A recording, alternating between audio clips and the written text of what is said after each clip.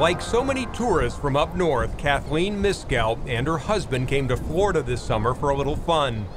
The young married couple from Connecticut was parasailing off Pompano Beach, side by side, when something terrible went wrong. Her harness failed and broke, and she fell approximately 150 feet into the water.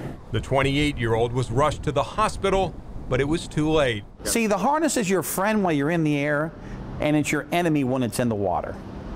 That's the bottom line. Kathleen Miskell became the 6th death in the state since 2001. The exact cause is still under investigation.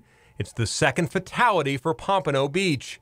15-year-old Amber White died back in 2007 when her line snapped.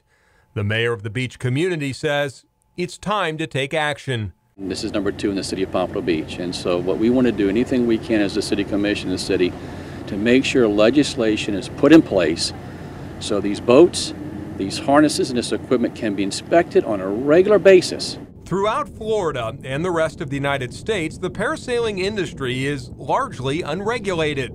There's no state or federal agency inspecting or certifying equipment. Over the past 5 years, every piece of legislation in Tallahassee has failed, and now lawmakers will try again. I think there should be common sense regulations. Mark McCullough is the founder of the Parasail Safety Council and has been involved in the industry since the 70s, inventing much of the modern-day equipment. Early on, he thought new laws and regulations would be enough to ensure safety, but not anymore. He says equipment must change to prevent people from dying.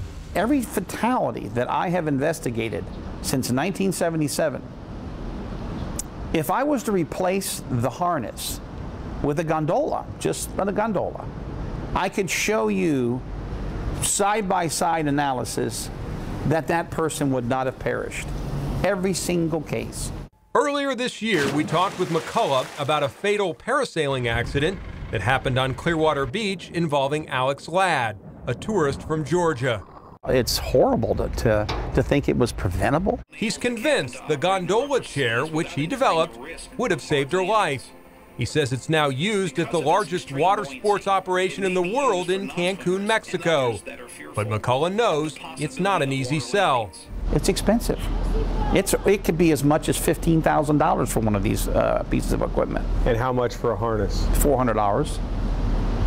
And there's a transformation. You know, the harness gives a passenger a much better feeling of like they're parachuting.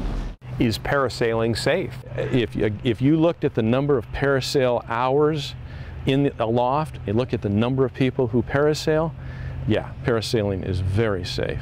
Larry Medic runs the Water Sports Industry Association, which includes many parasail operators. We spoke with him earlier this year, and he's not sold on the idea that equipment changes are the answer. The overwhelming majority of our members want to run a safe, secure operation for their guests. They don't want anybody to get hurt. And parasail operators who voluntarily gathered over the years echo that.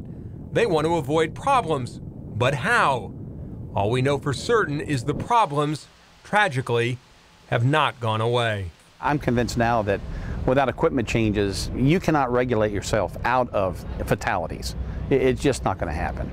Doug Smith, Fox 13 News.